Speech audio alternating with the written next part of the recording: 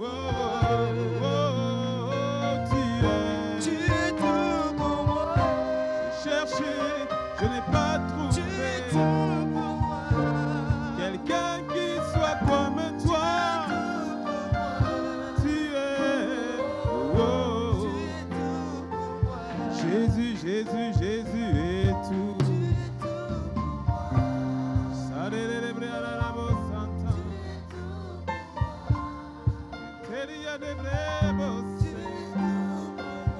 Oh, oh, oh, oh, oh, oh. Jésus, Jésus, tu es. Candelere brosantere. Chandelere bosayante. Oh, ma force, mon amour, c'est toi. Tu es,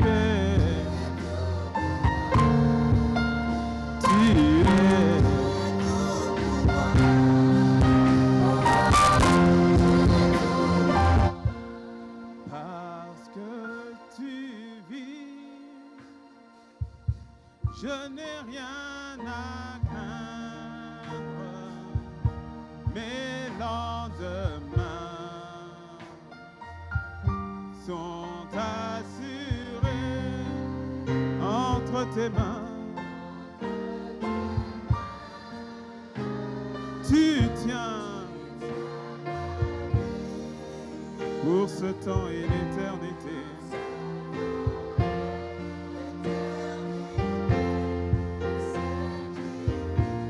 Parce qu'il vit, parce qu'il vit. Alléluia.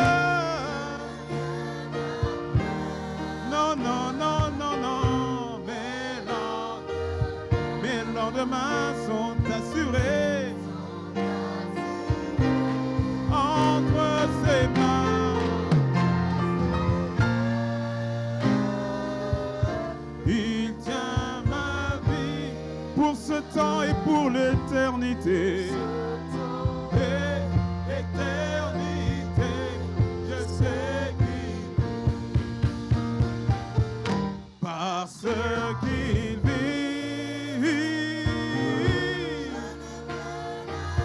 Je ne craindrai aucun mal, je ne craindrai aucun lendemain, car mon futur, mon avenir est assuré entre tes mains.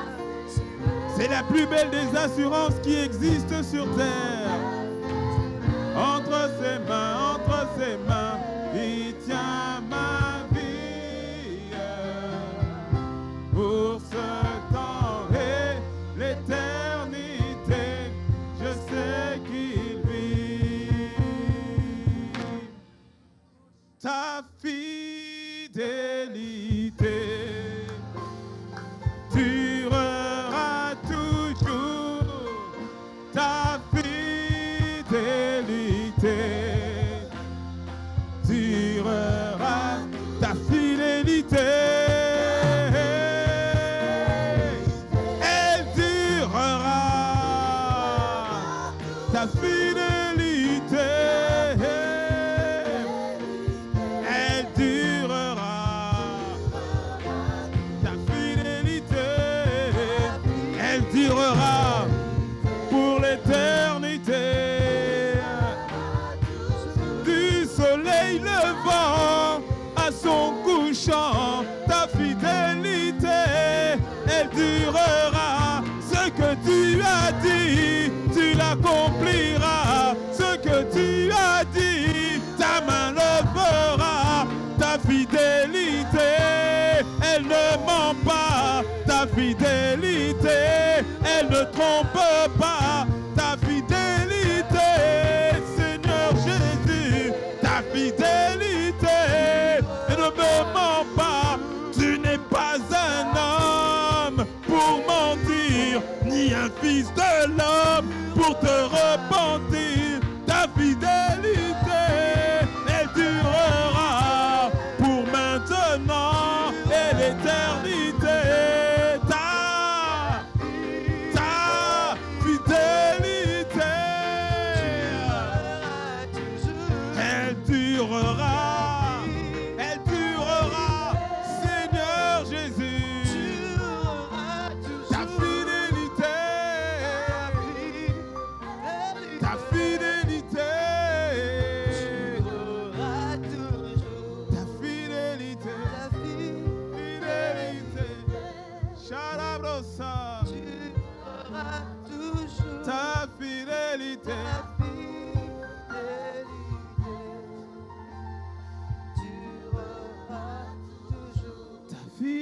fidélité, ta fidélité, ta fidélité, elle durera. Ta fidélité, ta fidélité, ta fidélité, dans ma vie, ta fidélité, ta fidélité, ta fidélité, elle durera. Ta fidélité, ta fidélité, ta fidélité, dans ma vie, ta fidélité, ta fidélité, ta fidélité, elle durera. Ta fidélité, ta fidélité, ta fidélité, dans ma vie, ta fidélité, ta fidélité, ta fidélité, elle durera. Ta fidélité,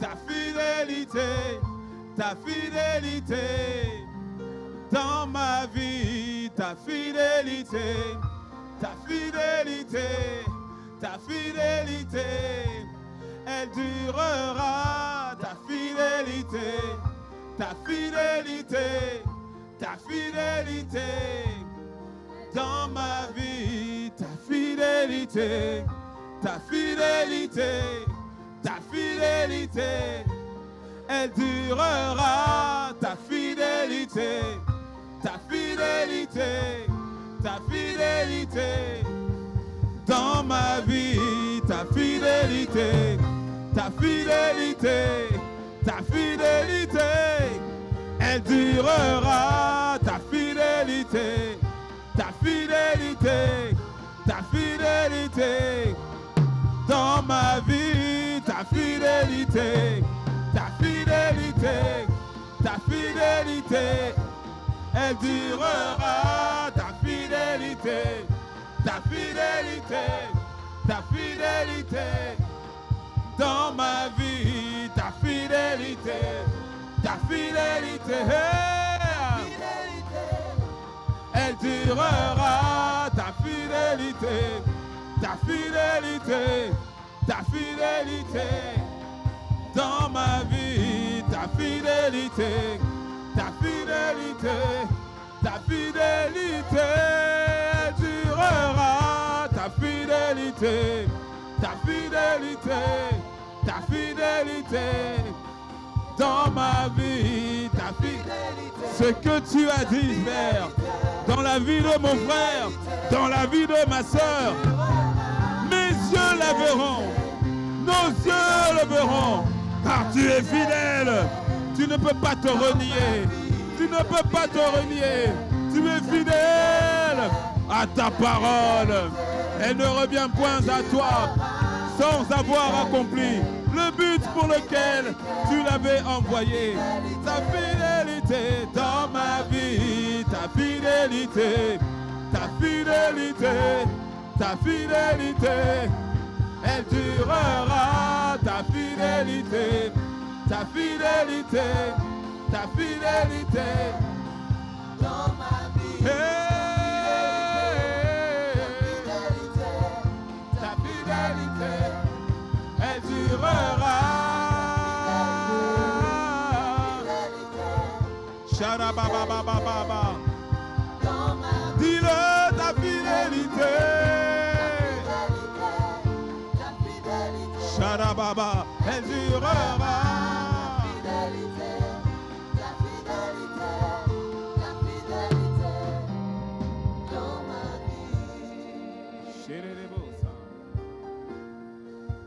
Tu es fidèle. Tu es fidèle. Magnifique Seigneur. Magnifique Seigneur. Magnifique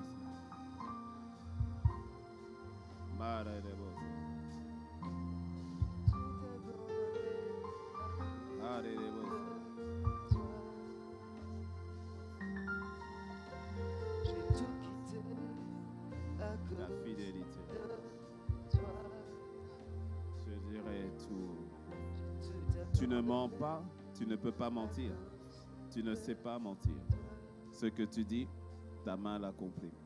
Dans nos vies, la vie de mon frère, la vie de ma soeur, ta parole n'a pas été envoyée en vain. Cette parole que tu as envoyée dans la vie de mon frère, elle ne revient point à toi sans avoir accompli le but pour lequel tu l'avais envoyée.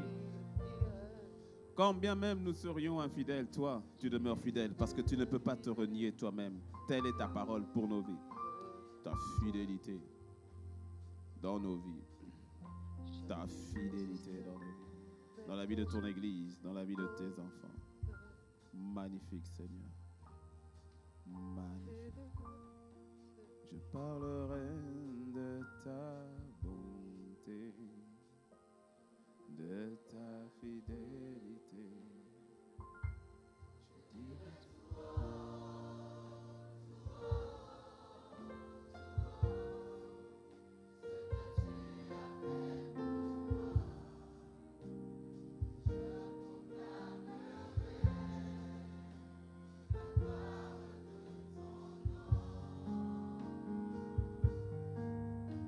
je parlerai de ta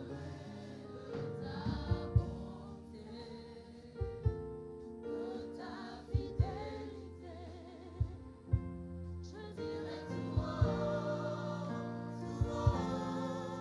tout haut, tout haut, tout haut, tout haut, tout haut,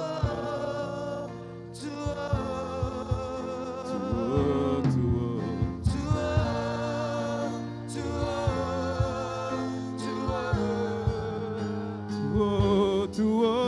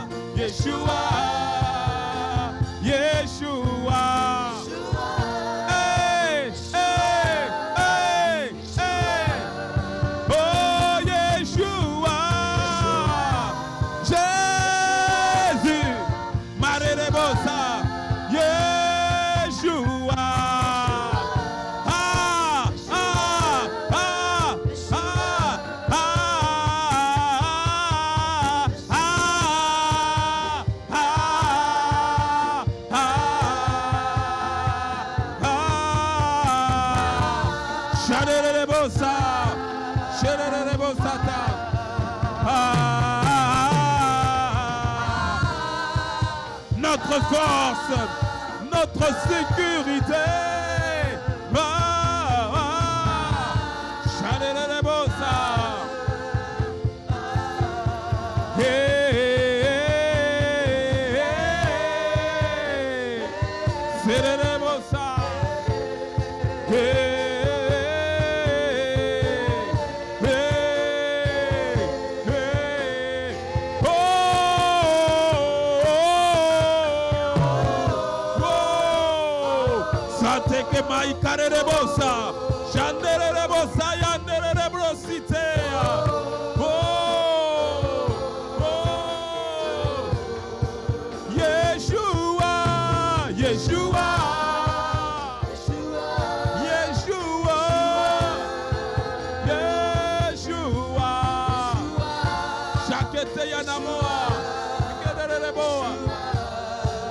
Yeah. Yeshua.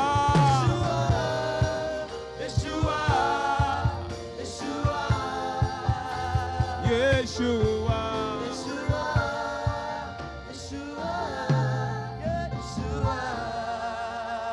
Yeshua. Yeshua.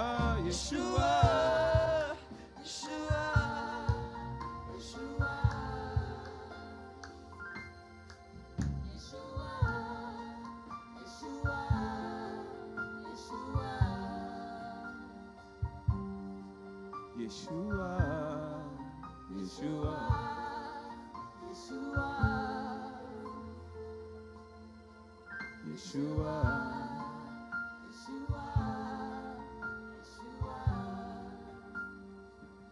Tout haut, je dirai, je proclamerai, j'annoncerai tout haut ta fidélité.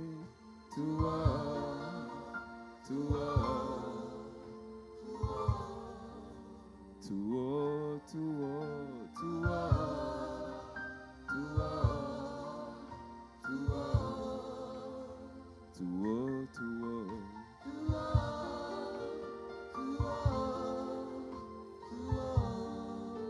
Je parlerai de ta bonté, de ta fidélité, et je dirai tout haut, tout haut, tout haut, ce que tu as fait pour moi. Je proclamerai la gloire de ton nom.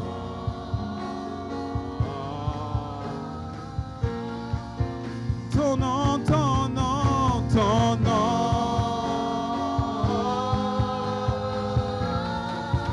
Ton nom, ton nom, ton nom.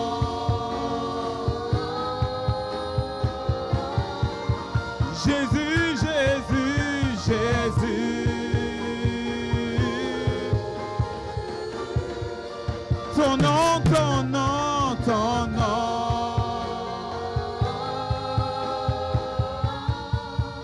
Jésus, Jésus, Jésus.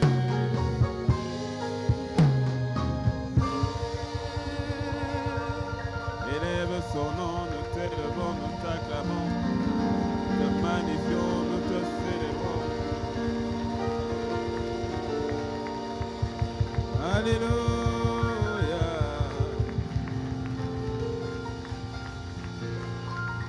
Bénissons ton nom, nous te célébrons. Merci Père. Ta fidélité, tu es fidèle, tu ne mens pas, tu ne peux mentir. Ce que tu as dit sur la vie de mon frère, tu l'accompliras. Ce que tu as annoncé à ma sœur, tu le manifesteras. Notre vie est entre tes mains, nous n'avons strictement rien à craindre. Notre vie est déjà terminée devant toi, nous la vivons en différé, dans la foi et la confiance en toi. Merci. Merci pour les tueurs de géants, les faiseurs d'exploits en ce lieu. Merci pour ce que tu opères en chacun de nous. Dans le nom de Christ Jésus. Amen, amen, amen. Amen, amen, amen, amen. Amen, amen, amen. Amen, amen, amen. Amen.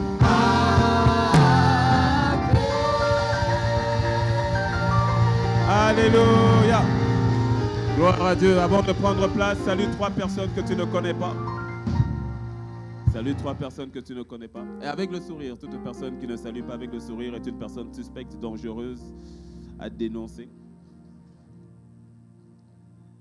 Gloire à Dieu. Et quand tu as salué 3 personnes, alors tu peux prendre place. Si tu restes debout, je comprends que tu es un individualiste qui ne veut saluer personne. Donc dans ce cas, tu vas faire le culte debout. Mais comme tu n'es pas concerné, donc je sais que tu as salué au moins 3 personnes. Et avec le sourire, je répète, toute personne qui ne sourit pas dans la maison de Dieu est suspect. Et là, nous libérons le ministère de la dénonciation afin qu'on puisse t'imposer la main, que tu puisses sourire avec des grandes dents. Quelqu'un dit un bon amen. Juste avant de rentrer dans le message du jour, revenir sur on donnera d'autres détails par rapport à la sortie de nos 7-7. C'est-à-dire le 7, ce sera nos 7 ans. 7-7. Et vraiment, c'est un moment où on veut profiter, l'Église grandit.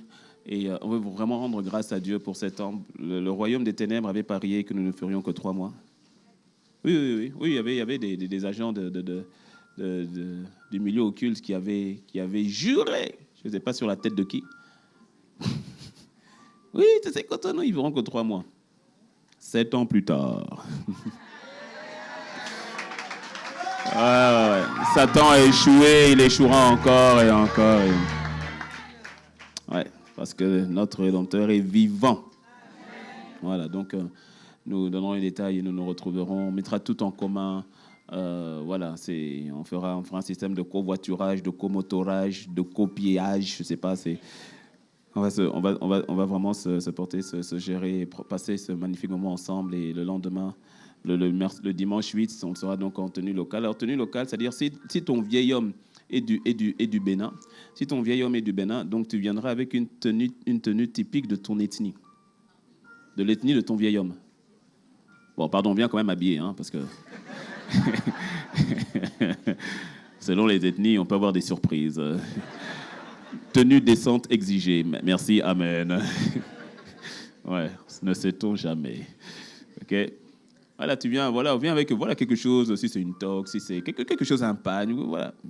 Viens avec. Et si ton vieil homme vient d'un autre pays que le Bénin, alors viens en tenue typique du pays. Voilà, une tenue typique du Nigeria, si c'est Nigeria, du Cameroun, du Congo, du Togo, de la Côte d'Ivoire. Voilà, viens, ce sera toutes les nations qui célèbrent le Seigneur. Dis-moi un bon amen. Et pour ceux qui... Donc, vraiment, rappel, hein, ADG, il n'y a pas ADG vendredi prochain, ne viens pas ici. Il y a toujours quelqu'un qui va venir. Toujours, je ne sais pas, il y aura toujours au moins une personne qui va venir. Ne viens pas. Dis à ton voisin, ne viens pas vendredi ici, ne viens pas. Et dimanche non plus, ne viens pas ici. Il y aura toujours quelqu'un qui va venir et dire, oh, ils sont où? Il y a eu l'enlèvement. Je suis resté. Nous serons au palais des Sports, nous serons au stade Mathieu Kérékou, ok, dans le cadre du festival Effusion. Et je voudrais donner un mot par rapport au festival Effusion. Je voudrais prendre 5 minutes vraiment pour insister sur ce point et que tu comprennes que l'événement Effusion, le festival pour cette édition 2019, ce n'est pas l'histoire des jeunes. Non, dis-moi amen.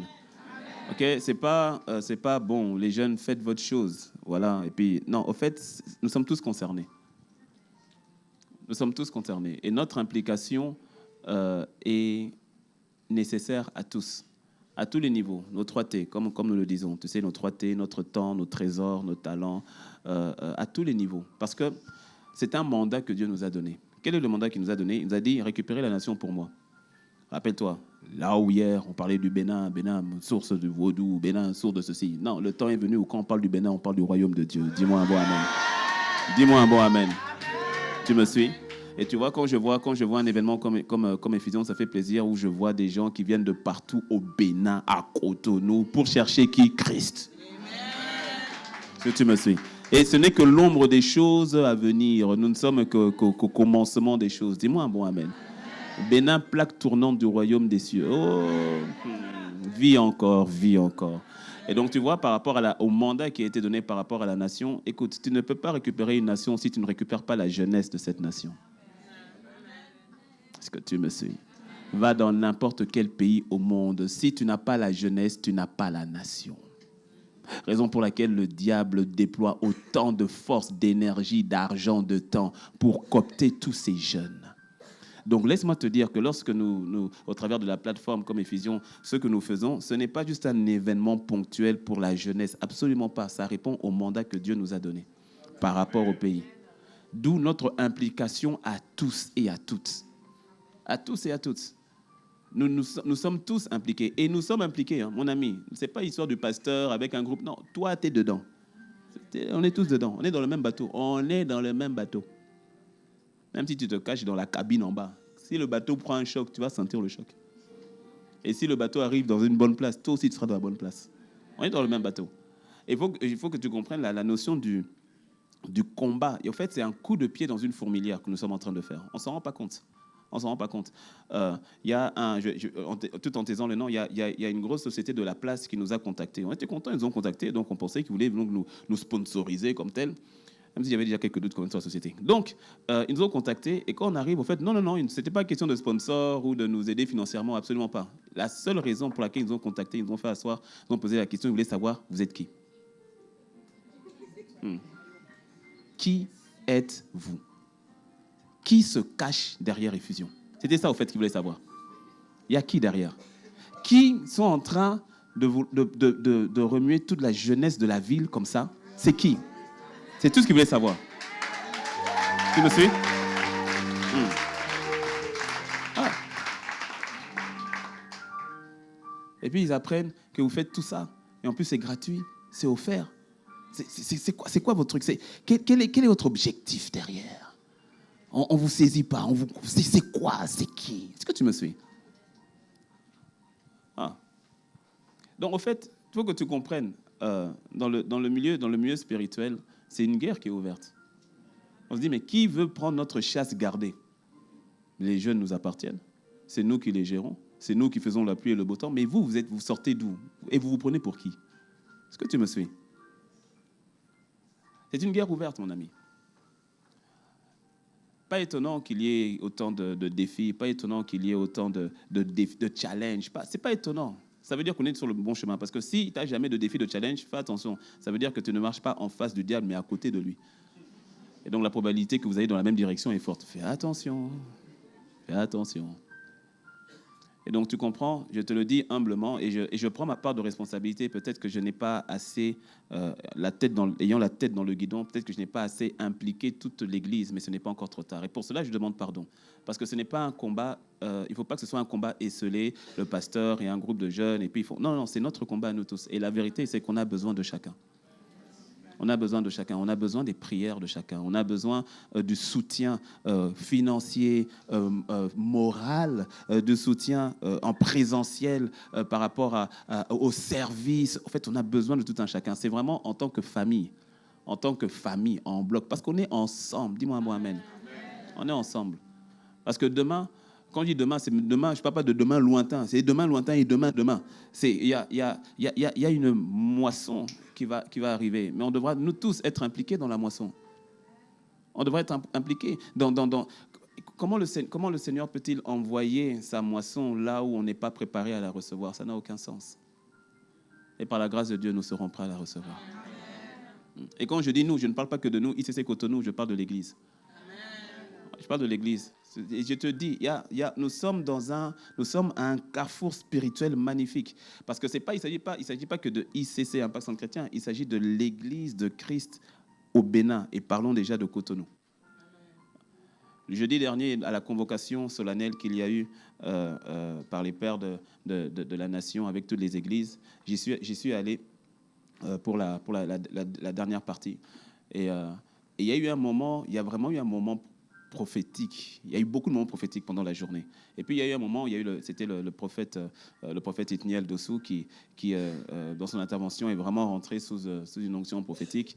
Et à un moment donné, il a fait appel à toute la jeunesse qui était encore là, au Palais des Sports.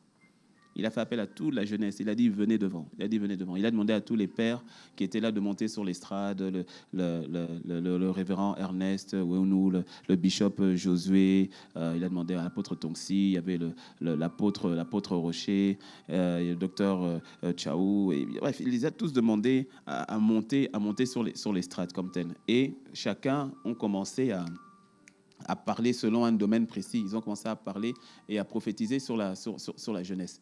À libérer des paroles de bénédiction sur la jeunesse qui était devant, et au fait qui représentait la jeunesse du pays et qui était devant. Et pendant qu'ils sont en train de parler, à un moment donné, le bishop Josué me fait signe de monter. Moi, je ne fais pas partie des pères de la nation. Tu me suis? Mais il me fait signe de monter. Et donc, je monte parce qu'effectivement, à la fin, j'avais 2 minutes pour annoncer le programme Effusion.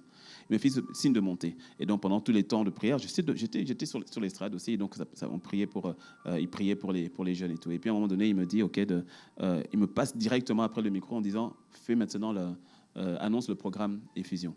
Alors, au football, pour ceux qui connaissent le football, ça s'appelle une passe en profondeur.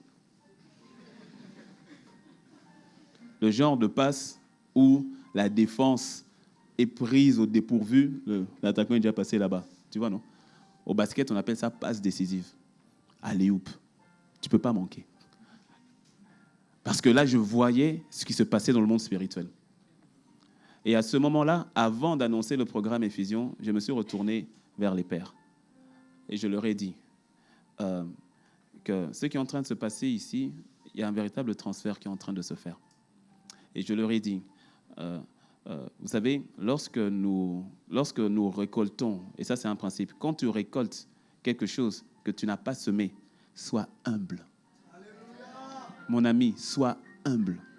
Ça veut dire que quelqu'un avant toi a fait ça. Quelqu'un a prié, quelqu'un a souffert, quelqu'un a planté et n'a peut-être pas récolté. Et toi, tu viens, tout est là, tu récoltes, la moisson est là, tu viens, tu récoltes, sois humble. C'est qu'avant toi, il y a des personnes qui ont trimé et toi, tu viens pour la phase de la récolte. Et je me suis retourné, j'ai dit au Père, j'ai dit, vous avez transpiré, vous avez semé, vous avez fait toutes ces choses. Il est temps que vous passiez maintenant au stade inspiration. Nous, on va transpirer. J'ai dit, moi, je me mets du côté des jeunes. Je me dis, je me mets du côté des jeunes. Et toutes vos récompenses, vous allez pouvoir les récolter dans les mains de cette jeunesse-là. Dans les mains de cette jeunesse. Il y a quelque chose de spirituel qui s'est passé. Et laisse-moi te dire, il n'y a pas de hasard avec Dieu. Le hasard n'existe pas. Sinon, le hasard, c'est quand Dieu agit, mais il ne veut pas qu'on sache que c'est lui. Le hasard n'existe pas. Est-ce que tu me suis? Nous sommes véritablement à une croisée de chemin qui est capitale. Je ne dis pas que c'est capital de chez capital, parce qu'il y a d'autres rendez-vous qui nous attendent. Mais c'est un tournant décisif et important, qui a toute son importance. Et pour moi, la tenue de ce festival, au-delà de ce que nos yeux naturels voient, il y a véritablement, ça annonce une ère nouvelle. Ça annonce une ère nouvelle. Oui, véritablement. Aussi, je veux que tous ensemble, nous saisissions en fait la portée de la chose. La portée de la chose. Et puis tu sais, qui dit ère nouvelle, dit aussi, en anglais on dit new level, new devil. Nouvelle dimension, nouveau démon. Nouvelle dimension, nouvelle opposition. Oui. Et il faut que tu sois au courant parce qu'il y a quelqu'un qui va se dire, mais je ne comprends pas, là maintenant c'est comme si maintenant on m'attaque, on m'agresse dans la rue, les gens me regardent et tout cela. Peut-être des gens qui sont dans l'autre monde qui te voient. Pourquoi? Parce qu'ils voient sur toi la même flamme, la même distinction. Et puis ils disent, mais moi je ne comprends pas. Pourquoi? Mais parce qu'on est ensemble. Dis-moi pour Amen. Alors c'est pour ça qu'il faut que tu sois au courant et impliqué. Dis-moi Amen.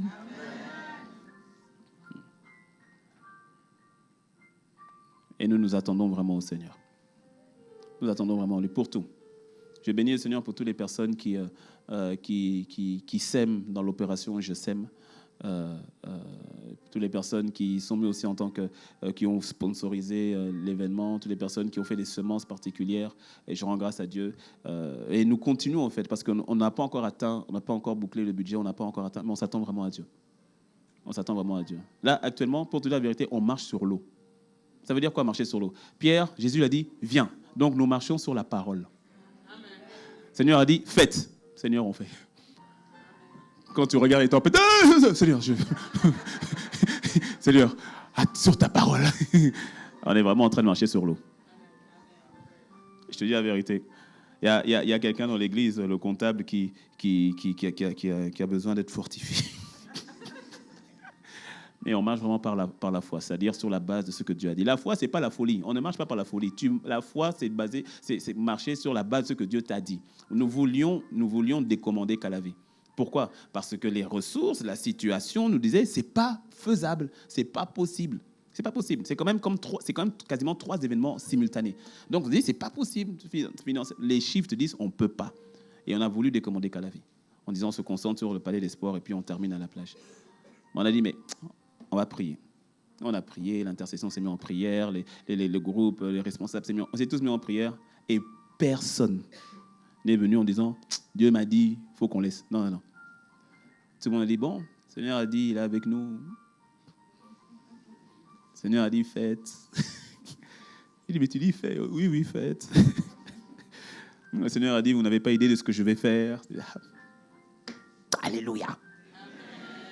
Donc, Seigneur, on obéit. Et nous nous attendons à lui. Nous attendons à lui. Ça va être, dans certains pays, on dit, ça va être puissant.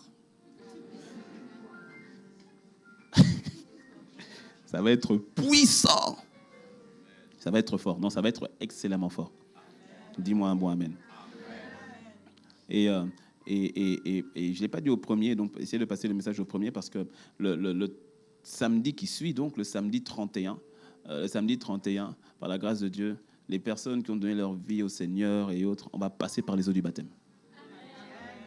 On va passer par les eaux du baptême. On va les accompagner la semaine qui suit, on va les accompagner, on va être avec eux et tout cela. On va passer par les eaux du baptême. Et si tu es ici et que tu n'es jamais passé par les eaux du baptême, je t'encourage à te faire signaler au secrétariat. J'ai pas entendu toi, amen. Voilà. Oui. Le baptême n'est pas optionnel, mon ami. C'est pas une option, c'est pas... Moi, il y a des gens qui sont... T'es né de nouveau depuis quand? Depuis 5 ans. T'es baptisé? Ah, j'attends. T'attends quoi? T'attends quoi? T'attends qui? T'attends quoi? Et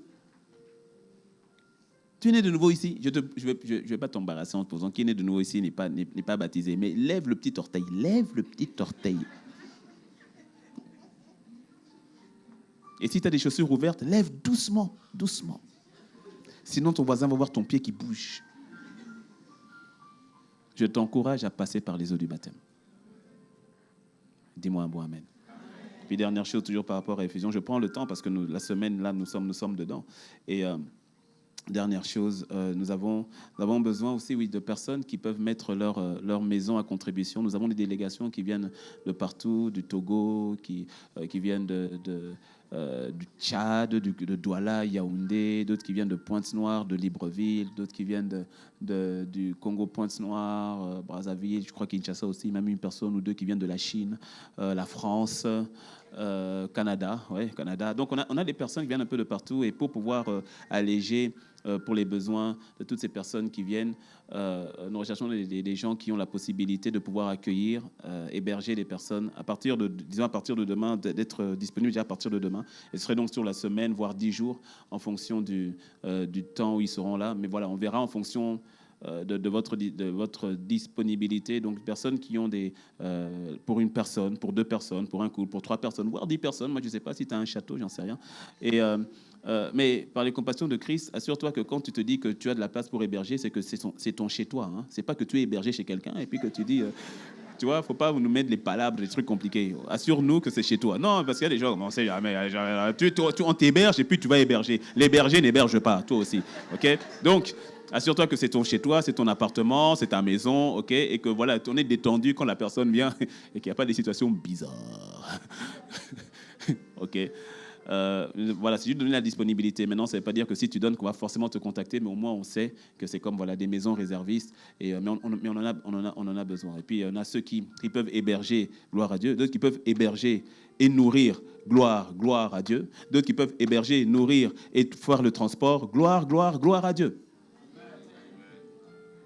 OK? De toute façon, il faudra juste nous le signaler, mais je sais qu'à la fin du culte, il y a peut-être embouteillage, mais par les compassions de Christ, si vraiment, alors que je parle, tu ressens dans ton cœur de le faire, c'est une manière de servir, tu ressens dans ton cœur de le faire, alors vas-y, affronte l'embouteillage, les 10 minutes de plus pour aller au secrétariat et te faire connaître, parce que ça commence là, il y en a qui sont déjà arrivés, nos délégations sont déjà arrivées, et d'autres arrivent déjà dès demain et mardi, et c'est parti.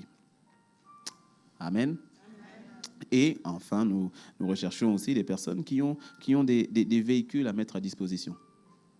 Ta voiture. Peut-être que tu as une voiture là-bas dans ton garage, une deuxième voiture, elle s'ennuie grave. Comme c'est les vacances en plus pour certains, donc elle s'ennuie. Mais donne-lui du travail, tu vois. Donc voilà, si tu as une voiture à mettre à disposition, une ou deux, on prend. Oui, on prend. Il ne faut pas simplement dire, bon, je vais donner une voiture fatiguée. Non, même on prend les 4x4, tout ça, là, on prend. On prend, c'est voiture, non? On prend. Mais pardon, voiture qui fonctionne. Oui, on connaît certaines stratégies. Je vais leur donner mon taco, là. Ils vont aller, quand ils vont faire 10 minutes, ça va... et ils seront obligés d'aller emmener ça chez le garagiste. Ah, Seigneur, tu m'as donné la possibilité de... Non, non, faut pas nous embrouiller. Faut pas nous embrouiller. Faut pas nous embrouiller. Nous voulons une voiture décente, s'il te plaît. Et qui fonctionne.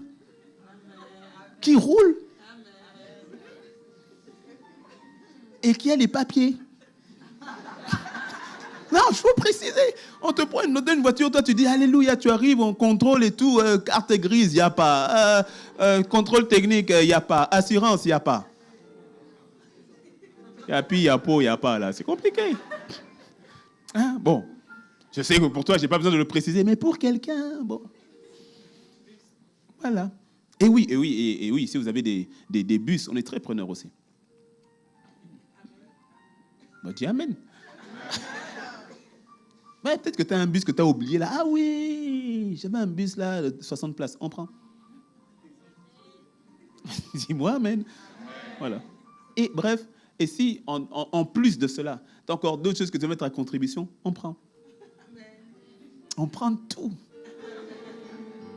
Dis-moi un bon amen. Voilà. Ainsi, dans le livre de souvenirs, tu vas nous rejoindre. Dis-moi un bon amen. Voilà. Est-ce que tu peux acclamer le Seigneur?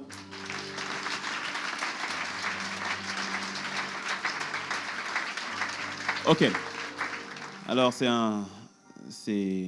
tous les cultes sont spéciaux. Et de la même manière que j'ai fait au premier culte, donc je vais prendre maintenant une vingtaine de minutes pour te continuer sur la notion du thème sur lequel nous sommes, combat le bon combat de la foi. Nous avons vu dimanche dernier la parabole des talents. Non, pas la parabole des 10 vierges, nous avons vu. Rappelle-toi, la lampe et l'huile. La lampe, c'est la parole de Dieu. L'huile, c'est l'esprit. Et donc, c'est le ministère de la parole et de l'esprit. Tu as besoin de la parole et de l'esprit de Dieu, comme tel. Et que les 10 vierges représentaient l'Église. Et que l'Église, donc, à un moment donné, s'est assoupie. Mais d'autres étaient quand même sages dans leur attitude. C'est-à-dire qu'elles avaient la lampe et l'huile, la parole et l'esprit. Les deux vont de pair. Il n'y a pas l'esprit sans la parole, il n'y a pas la parole sans l'esprit. Ta lampe ta parole est une lampe à mes pieds, dit le psaume 119, verset 105, et lumière sur mon sentier. Et donc, ça nous a enseigné à demeurer toujours prêts. Car Jésus le dit, vous ne savez ni le temps ni l'heure, donc veillez donc. Demeurez toujours en position d'alerte. Et c'était donc dans Matthieu 25, du verset 1 au verset 13. Et lorsqu'on continue maintenant au verset 14, le Seigneur enchaîne avec une deuxième parabole, qui est la parabole des talents. Nous prenons le temps de répondre de nous préparer à la question de combattre le bon combat, c'est-à-dire de nous poser les bonnes questions. Paul pouvait le dire dans 2 Timothée 4, verset 7 à 8. Il pouvait dire, j'ai combattu le bon combat, j'ai achevé la course, j'ai gardé la foi. Désormais, la couronne de justice me réservée. Le Seigneur, le juste juge, la donnera à moi et aussi à tous ceux qui auront aimé son avènement en ce jour-là. Et donc, nous voulons pouvoir faire partie de ceux-là qui, en ce temps-là, en ce moment-là, pourront dire j'ai, c'est-à-dire au passé, combattu le bon combat. J'ai, c'est-à-dire au passé, achevé la course. J'ai, c'est-à-dire au passé, j'ai gardé la foi. Or, le j'ai du passé, c'est ton présent actuel. Tu comprends, non? Parce que ton présent actuel est un futur passé. Qui était un passé présent. Suis-moi. Oui. Donc, ton quotidien est déterminant. Ce que tu vis aujourd'hui est déterminant. Parce que les choix que tu prends aujourd'hui vont déterminer ton présent de demain, qu'on appelle futur. Tu me suis? J'ai combattu. J'ai achevé la course. Dis à ton voisin, combat le bon combat. Alors, le Seigneur enchaîne, après la parabole des 10 vierges, il enchaîne avec une autre parabole. La parabole qu'on appelle la parabole des talents. C'est dans donc Matthieu 25, au verset 14. Donc, faute de temps, je vais lire et directement commenter directement. Verset 14. Il en sera de même. Il en sera comme d'un homme qui, partant pour un voyage, appela ses serviteurs et leur remit ses biens. Il donna 5 talents à l'un, 2 à l'autre et 1 au troisième, à chacun selon sa capacité. Et il partit. Aussitôt, dis avec moi aussitôt. Le Seigneur donne des talents à 3 de ses serviteurs. Le maître, donc, donne des talents à 3 de ses serviteurs. Et la Bible dit aussitôt. C'est-à-dire, il y en a 2 qui n'ont pas perdu de temps. Tout de suite, maintenant même là. Aussitôt, ils sont partis faire ce qu'ils devaient faire.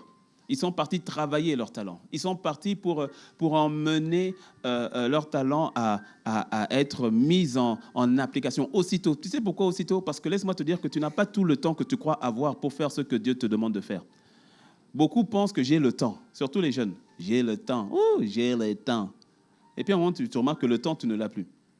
Parce que la vérité, c'est que là, quand on parle de la gestion du temps, hein, tu sais, quand on parle de la gestion du temps, en fait, la notion de la gestion du temps n'existe pas. Parce que le temps, personne ne le gère. Tu ne peux pas gérer le temps. La véritable gestion du temps, même lorsqu'on fait des modules de la gestion du temps, lorsque tu vas aller en entreprise, avoir des formations sur la gestion du temps, la vérité, c'est que la gestion du temps, nul ne peut gérer le temps. C'est tu te gères dans le temps. C'est la gestion de soi dans le temps. Parce que le temps, lui, il passe. Maintenant, qu'est-ce que tu fais? Quelles sont les actions que tu fais pendant le temps? C'est ça qui fait la différence. Est-ce que tu sais que ce n'est pas le temps qui fait la différence? Ce sont les actions que tu poses dans le temps qui font la différence. Si tu ne me crois pas, on a tendance à dire « Ah, mon enfant a grandi, hein, ça fait 5 ans, il a grandi, il a 5 ans. » En fait, il a 5 ans, c'est pour que tu puisses te repérer dans le chronos, dans la chronologie, pour que nous puissions avoir des repères comme tels. Mais ce ne sont pas les 5 ans, ce n'est pas le temps là qui a fait grandir ton enfant. Ce sont les actions que tu as posées pendant les 5 ans qui ont fait de ton enfant ce qu'il est. Pourquoi? Parce que si tu prends un nouveau-né, mets-le dans une chambre, reviens 5 ans plus tard, tu vas voir que l'enfant là est mort. Ça veut dire que ce n'est pas le temps qui l'a fait grandir. C'est la nourriture que tu lui as donnée dans le temps. C'est la manière dont tu as pris soin de lui pendant les 5 ans. Ce sont les actions que tu poses dans le temps qui font la différence.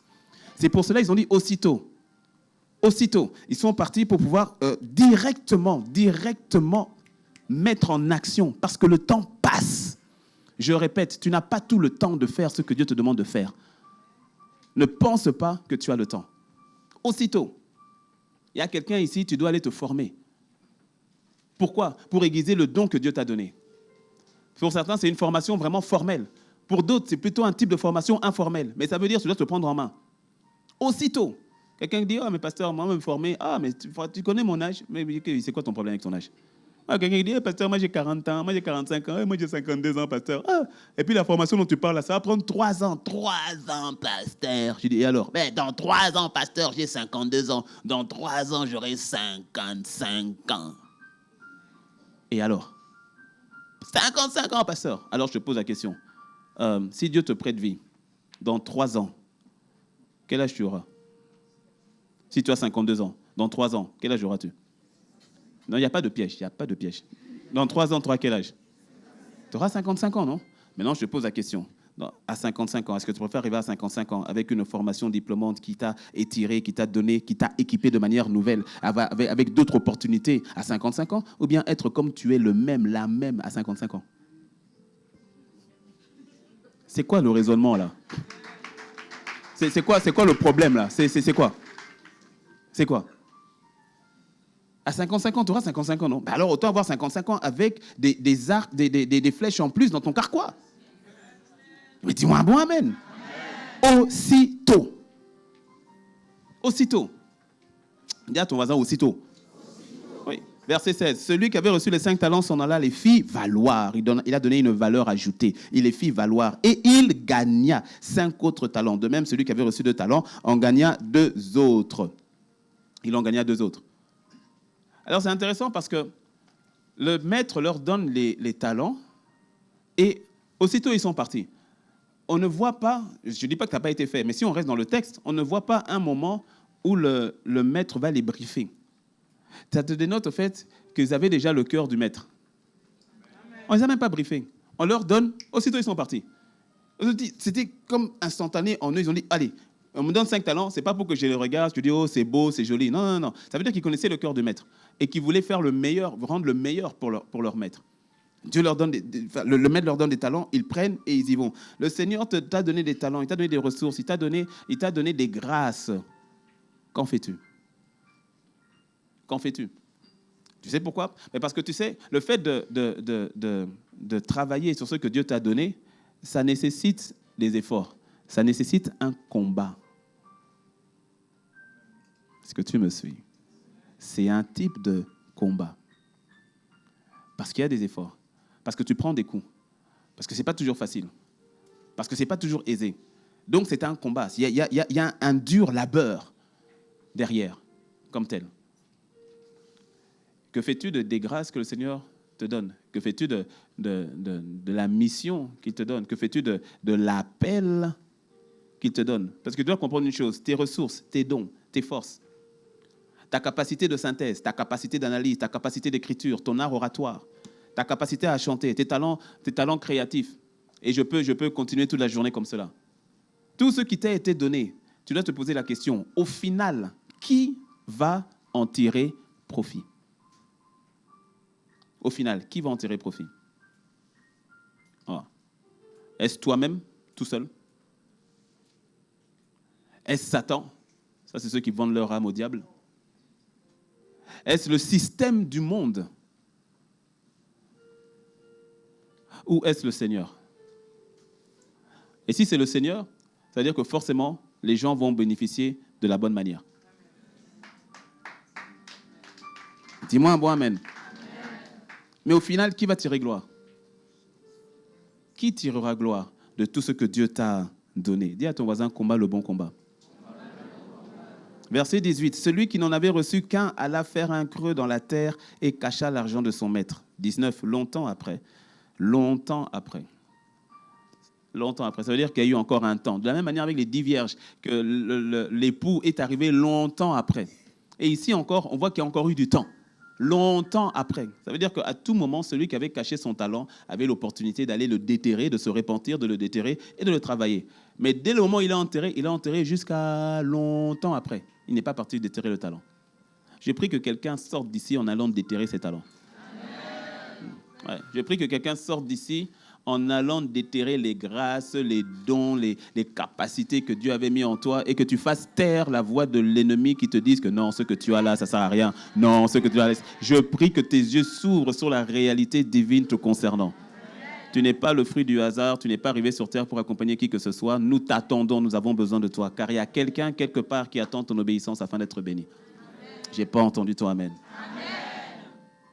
Longtemps après, le maître de ses serviteurs revint et leur fit rendre compte. J'aime bien cette histoire de rendre compte parce que laisse-moi te dire que toi et moi, nous rendrons compte. Oui, nous allons rendre compte. Je l'ai déjà dit, je le redis. Nous serons tous jugés, tous. Toute l'humanité sera jugée. On ne va pas tous passer devant le même tribunal, mais tous nous serons jugés. De la même manière que quelqu'un qui a tué quelqu'un ne va pas passer devant le même tribunal que celui qui a fait un tapage nocturne. Les deux peuvent arriver à être jugés, mais ce ne sera pas le même tribunal et ce ne sera pas la même sentence. Mais tous, nous serons jugés. Nous passerons, nous, devant le tribunal de Christ, où nous devrons rendre compte de la manière dont nous avons vécu. Et quand je dis nous passerons devant le tribunal de Christ, c'est pour tous ceux-là qui seront morts en Christ. Morts avec le Christ. Morts, nés de nouveau. Parce que nous allons tous mourir.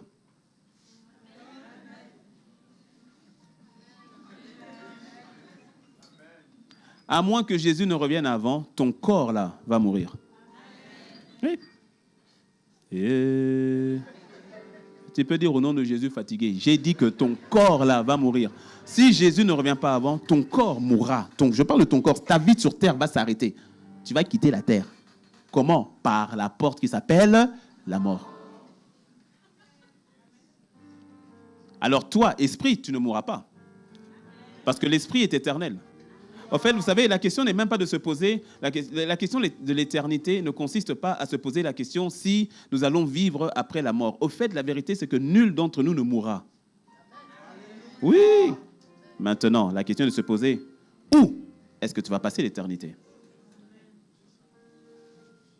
Ah, c'est ça la véritable question. Avec Dieu ou loin de Dieu? Et le loin de Dieu, là, ce n'est pas sur une île déserte. Il faut expliquer, parce qu'aujourd'hui, les gens sont embrouillés. Le loin de Dieu, c'est l'enfer. L'enfer, je te promets que tu n'as même pas envie. Je te promets, même pas 1 heure, même pas 10 minutes. Tu n'as pas envie. Tu n'as pas envie. Tu n'as pas envie. Tu n'as pas envie. Et de la même manière que l'enfer est tellement horrible, c'est une horreur incroyable. De la même manière que le ciel, il n'y a aucun pays ici-bas qui peut te donner un avant-goût du ciel. Aucun. Il n'y en a pas. Cherche, il n'y en a pas. Non, il n'y en a pas. Non, dis-moi un bon amen. Ouais. Non, il n'y en a pas. Il n'y en a pas. Va chercher. Il n'y a pas. Beaucoup pensent que le ciel consiste à flotter en l'air avec des harpes. Fais-moi alléluia. Fais-moi alléluia. Fais-moi alléluia. Alléluia. Vas-y, peu importe ta gamme. Il y a des personnes qui ont cette image du ciel. Alléluia.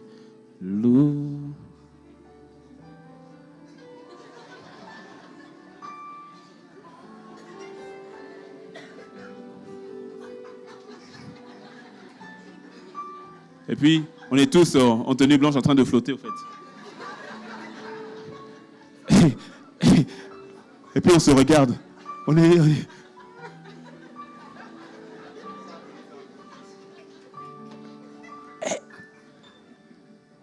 On va faire ça combien de temps comme ça? Et puis, dit, mon gars, ça s'arrêtera jamais. C'est pour l'éternité comme ça. Ok, on a le temps de faire toutes les gammes. Ça s'arrête pas. Et donc les gens ont une vue bizarre du ciel. Étrange. Qui donne même pas envie. C'est-à-dire que tu as même des chrétiens. Hein. Ils disent, on va s'ennuyer au ciel. Mais t'as... Je te dis la vérité. Je vais te parler quand le Seigneur va le permettre. J'ai hâte. Quand le Seigneur va le permettre, je pense que dans la série Combat le bon combat, on aura un long break sur le ciel et sur l'éternité. J'espère. Et en sortant de là, je te promets, tu seras tellement excité par rapport au ciel. Tellement excité. Parce que tu vois, la révélation que tu as du ciel détermine la qualité de vie que tu vivras sur terre.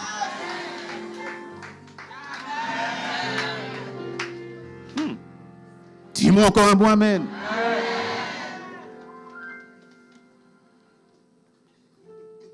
Celui qui avait reçu 5 talents s'approcha en apportant 5 autres au Seigneur. 5 autres talents. Et il dit, Seigneur, tu m'as remis 5 talents, voici.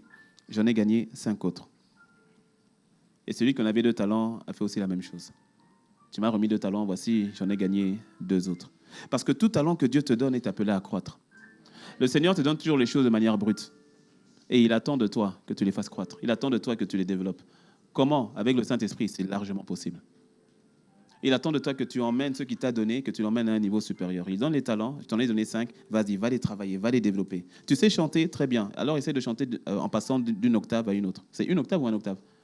En passant de octave à autre octave. Tu sais cuisiner, gloire au Seigneur. Alors, passe maintenant de la pâte et de bicyclette et du jus, là. Passe maintenant de cela et va maintenant apprendre à faire la cuisine nigériane. Va apprendre à faire la cuisine togolaise. Va apprendre à faire la cuisine européenne. Va apprendre à faire la cuisine asiatique. Pourquoi? Parce que tu as le don de la cuisine. Développe-le. Va plus loin. Tu sais jouer d'un instrument de musique? D'accord. Tu sais jouer la batterie? Très bien. Passe au piano. Tu sais jouer le piano? Très bien. Passe à la guitare. Tu fais la guitare? Parfait. Va au saxophone. Étire-toi. C'est ce que le Seigneur m'avait dit. Il m'a dit, tu joues au piano, ça fait des années que je joue au piano. Et puis il m'a dit, mais pourquoi tu ne vas pas plus loin? J'ai dit, ah Seigneur, pourquoi tu ne vas pas plus loin? Ah Seigneur, pourquoi tu ne vas pas plus loin? J'ai dit, ah bon? Oui, oui. Ah bon, maintenant je me mets à la guitare. Et c'est fastidieux parce que tu t'étires, tu te mets dans une zone inconfortable. Mais tu dois en réapprendre. Et c'est énervant. Tu sais, le piano, tu maîtrises le piano. Tu maîtrises, tu es content, le piano, tu maîtrises. Et puis quand tu donnes la guitare, tu ressembles à un bébé. Et on te dit non, c'est pas comme ça. Dit ah, tu vois, ça t'emmène encore à t'étirer. C'est pour ça que beaucoup préfèrent rester dans une forme de zone de confort.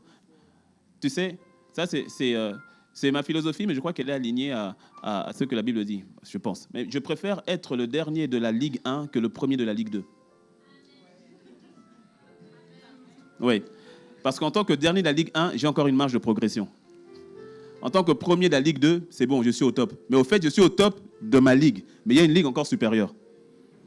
Mieux vaut être dans une zone d'inconfort dernier d'une ligue où tu as des gens qui sont beaucoup plus forts. Tu sais, tu peux être champion. Tu sais, si tu joues au football dans ton quartier, on te disait grand joueur dans ton quartier. Et puis après, tu es parti en club de formation. Tu as remarqué qu'au fait, grand joueur que tu étais là, au club de formation, tu es petit joueur. Mais mieux vaut être dans un environnement pareil qui te pousse à t'étirer constamment. C'est pour cela, quand tu es le plus intelligent de ton groupe, méfie-toi. Quand tu es le plus doué de ton groupe, fais attention. Voilà. Parce que peut-être que tu viens de rentrer dans une zone de confort. C'est toujours bien d'être dans un groupe où tu as toujours à apprendre, d'être dans un groupe où tu es toujours étiré. Ça t'emmène à grandir. Ça t'emmène à grandir. C'est pour ça que quand tu es pasteur, c'est pour ça que quand tu es pasteur ou bien leader de société ou d'entreprise, étire-toi. Étire-toi. Tu sais pourquoi? Et parce que si tu es, par exemple, tu es pasteur et que tu ne t'étires pas, fais attention parce que ceux qui sont avec toi, et que si eux, ils s'étirent et que toi, tu ne t'étires pas, à un moment donné, tu vas les traiter de rebelles. C'est-à-dire, vous êtes des rebelles, hein? Non, au fait, pas forcément. Peut-être qu'ils sont simplement frustrés parce qu'ils sont en train de grandir, mais ils voient que toi, tu ne grandis plus. Et donc, ils t'ont rattrapé. Alors, par respect, ils restent à ton niveau. Alors, tu as maintenant ceux qui vont rester à ton niveau par respect, mais ils sont frustrés grave. Ou bien, t'en as qui vont venir, ils vont dire, bon, pasteur, le Seigneur m'a parlé. Il m'a dit que, mon temps est fini. En fait, si tu creuses, savoir qu'au fait, il dit, mais pasteur, va plus loin, va grandir, tire-toi. C'est ce que tu me suis.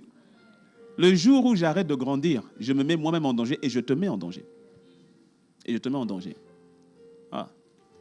C'est pour ça que quand je suis arrivé à... Ça date, ça remonte, mais à l'époque, quand je suis arrivé à ICC et que j'ai vu le pasteur Ivan, j'ai dit, ah, ce gars, le pasteur Ivan, là, tu es obligé de t'étirer. Jusqu'aujourd'hui, tu es obligé de t'étirer grave. Grave. Un seul repas avec lui, tu ressors de là, tu en as pour 2 mois de séminaire toi-même. Tu pensais être arrivé, tu dis, oh, je ne suis pas arrivé. Être dans un environnement qui t'étire. Et par la grâce de Dieu, Impact Centre Chrétien Cotonou est un environnement qui étire. Dis-moi un bon amen. Ouais. Tu as une entreprise, gloire à Dieu, développe-en une deuxième. Tu as 1 million de francs CFA en banque, magnifique. Fais sortir un 2e million. Étire-toi, va plus loin. C'est-à-dire, prends ce que le Seigneur t'a donné et travaille-le. Tu as le don de prophétie, magnifique. Taille-le. Au début, c'est normal. Quand tu commences et que ça te prend et que ça fait... Tu tombes, tu roules.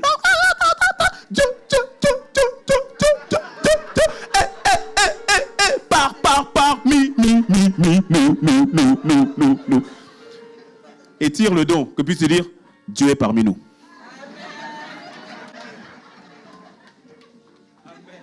Dis-moi un bon amen. Tu vois, on peut comprendre que ça commence à... À un moment donné, tu prends le micro, tu parles normalement et tu prophétises. Ainsi parle l'Éternel. Tu me suis?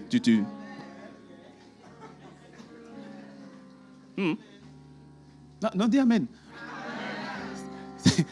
Tu as reçu de manière brute et puis tu as taillé, tu as travaillé, tu t'es développé. Oui, on peut commencer. C'est normal, quand tu commences à prendre la parole en public, t'inquiète. Aujourd'hui, ça n'a pas commencé comme ça, la première fois. Je m'appelle Teddy, oui.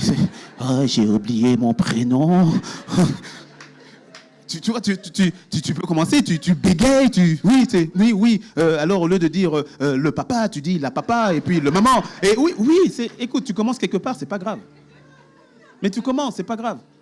C'est pour cela que, et on va le voir, je commence déjà à atterrir, on va le voir, certains ont peur de travailler le don. Tu sais pourquoi? Parce que quand tu travailles la grâce, tu travailles le talent, ça t'expose. Ça t'expose à tes faiblesses, ça t'expose à tes lacunes, mais c'est une bonne chose que ça t'expose parce que là, tu sais que tu as besoin de Allos Parakletos. Notre aide, le Saint-Esprit. Et c'est lui maintenant qui devient ton véritable coach. Le véritable coach, c'est le Saint-Esprit. C'est lui qui t'emmène maintenant à devenir meilleur. C'est lui qui t'emmène à aller de l'avant. C'est lui qui il te taille ici. C'est lui qui t'envoie les bonnes personnes qui vont être de véritables mentors, qui vont t'aiguiser, qui vont avoir la patience qu'il faut pour te propulser. C'est pour cela que beaucoup ont peur, ne veulent pas être exposés. Ils ont peur de tenter, peur d'essayer. C'est ce qu'il a dit. J'ai eu peur. La peur est un ennemi silencieux qui tue des destinées à foison. Je suis en campagne contre cet esprit qui s'appelle la peur. 2 Timothée 4 nous dit, 2 Timothée 4, c'est ça? Non, 2 Timothée 1, verset 7 nous dit, car ce n'est pas un esprit de crainte, de timidité ou encore de peur que vous avez reçu, mais c'est un esprit de force, d'amour, de sagesse. J'ai nommé le Saint-Esprit qui vit en toi. Le Saint-Esprit en toi, tu n'as pas le droit d'avoir peur. Tu n'as pas le droit d'avoir peur. Tu n'as pas le droit d'avoir peur. J'ai parlé à une sœur tout à l'heure, après le premier culte. Elle dit, pasteur, vraiment, tu as parlé de moi. Elle me dit, tu as parlé de moi. Je dis, pourquoi, dis-moi. Elle me dit, non, hier, pas plus tard qu'hier. Parce que je disais, et ici, je sais qu'il y a encore des personnes ici aussi, je disais, il y a des personnes ici où le Seigneur te montre les choses. Tu vois, tu fais pas exprès, tu vois. Tu vois, donc, tu vois. Tu peux être là et tu vois. Tu vois des anges, mais tu vois aussi des démons. Tu vois des trucs bizarres, des trucs compliqués. Et ce que la plupart font, ce que Dieu utilise comme ça, la plupart de ceux-là, qu'est-ce qu'ils disent comme prière? Seigneur, je veux plus voir, je veux plus voir. La peur. Et si tu as fait ça, répands-toi. Parce que le Seigneur te montre, ce n'est pas pour aiguiser pour alimenter ta curiosité. C'est toujours pour un but. Mes yeux ont besoin d'être ouverts. Peu importe l'atrocité qui est autour de moi, ils doivent être ouverts. Parce que s'ils décident de se fermer, je vais me cogner. Et comme tu refuses d'ouvrir les yeux, l'Église se cogne. Parce que ce n'est pas pour toi. Le don n'est pas pour toi. Il est pour nous. Le don n'est pas pour toi. Tu as déjà vu un manguier manger ses mangues? Le don est pour nous. Le feu docteur Miles Monroe le disait ainsi, nous sommes esclaves de notre don. Esclaves de notre don. C'est-à-dire, ça veut dire quoi? Ça veut dire que le Seigneur t'a suscité pour un but et les gens vont venir te presser. C'est-à-dire te presser, prendre ce qu'il y a en toi par rapport à ça. Et des fois, tu diras, ah, les gens abusent.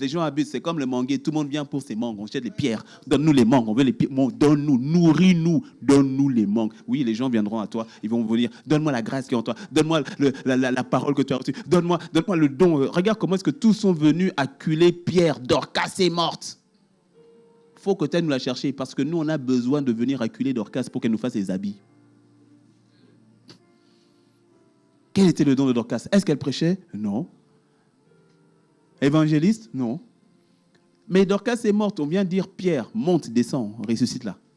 Ressuscite-la. Pourquoi? Son don de la couture.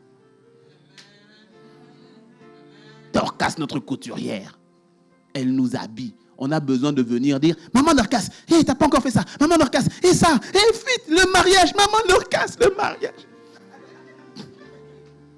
On dit, mais non, on va dire ça à qui? On va venir jeter les vêtements à qui? Qui va travailler 3 heures, 4 heures la nuit pour nous sortir la robe? J'avais que maman Dorcas. Non mais écoute, si tout le village se plaint comme ça, mais c'est qu'elle devait être acculée à cause de la grâce qu'elle donnait.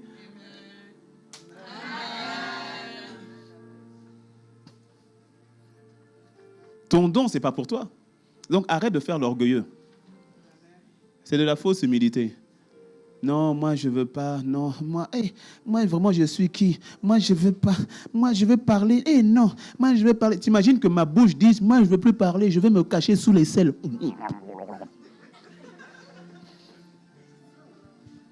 Je ressemblerais à quoi?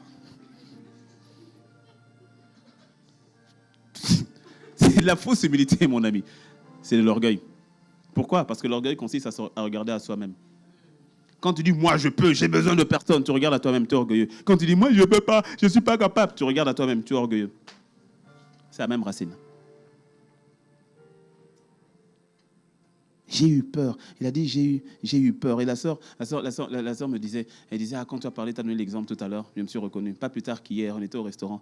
Et quand on était au restaurant, je vois un monsieur il tenait sa fille. Et quand je vois, je perçois dans mon esprit au fait que sa femme est morte. Et puis il était avec sa sœur qui dit, mais non, sa femme n'est pas morte, regarde, il a une alliance. Et mais non, il a une alliance et tout. Et je crois que la sœur a reconnu, le monsieur dit, ah mais si, je connais. Et effectivement, sa femme est morte. Mais elle a eu peur d'aller lui parler. Elle dit, pasteur, j'ai eu peur. Je lui ai dit, à partir d'aujourd'hui, tu as entendu le message, non? Je lui ai dit donc. D'ailleurs, je lui ai dit, même si tu veux refaire même le deuxième culte, peut-être qu'elle est là. J'ai dit, si tu veux refaire le deuxième culte. Sinon, refuse la peur. Parce que je lui ai dit, écoute, tu sais, c'est pas pour t'acculer, mais regarde ce qui s'est passé. Tu as reçu une parole, ça s'appelle une parole de connaissance. Okay? Et laisse-moi te dire que si tu avais fait le pas, tu allais recevoir maintenant des paroles de sagesse, voire même une parole prophétique pour lui. Parce que si le Seigneur te le montre, cela veut dire, c'est probable qu'il est dans une phase où le gars, c'est compliqué.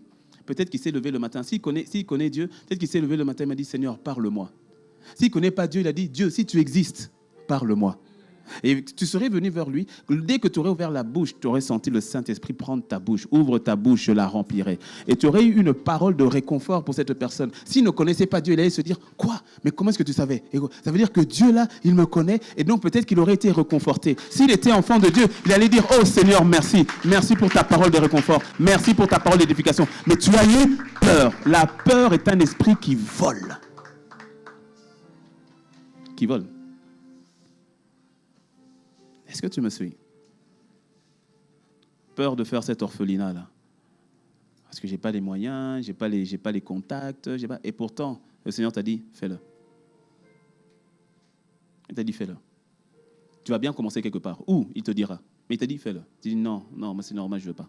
Je ne veux pas m'exposer, je veux pas, alors, je ne veux pas chercher palabre. Je ne veux pas chercher problème. Je refuse de me lever et puis demain qu'on dit, non, je prends, j'enterre. Au moins, tu vois, je te rends exactement comme tu me l'as donné. Alors, qu'est-ce que le Seigneur dit? Le Seigneur lui dit ceci. Il lui dit, au verset, je saute, parce que le temps est trop avancé, je saute. Au verset, tac. C'est quel verset? 26. Donc 25, il dit, j'ai eu peur, je suis allé cacher ton talent dans la terre, voici, prends ce qui est à toi. Alors son maître lui répondit, serviteur méchant et paresseux, tu savais que je moissonne où je n'ai pas semé, et que j'amasse où je n'ai pas vanné. Il te fallait donc remettre mon argent au banquier, et à mon retour, j'aurais retiré ce qui est à moi, et je l'aurais retiré avec un intérêt. Mais juste avant que je termine avec ça, tu vois, au bon et fidèle serviteur, à ceux qui ont travaillé la chose, il va dire bon et fidèle serviteur. On a eu un bon moment, un pas de conférence, et je t'encourage à aller réécouter tous les messages parce que tu n'as pas tout compris, tu n'as pas tout téléchargé parce que c'était trop condensé. Et sur le thème bon et fidèle serviteur. Mais tu vois, c'est une attitude de cœur. Pourquoi il dit bon et fidèle? Parce que lorsque tu développes ce que Dieu t'a donné, tu manifestes la bonté de l'amour. Parce que comme je l'ai dit, c'est pour les autres. Tu réalises qu'il ne s'agit pas de toi, il s'agit des autres.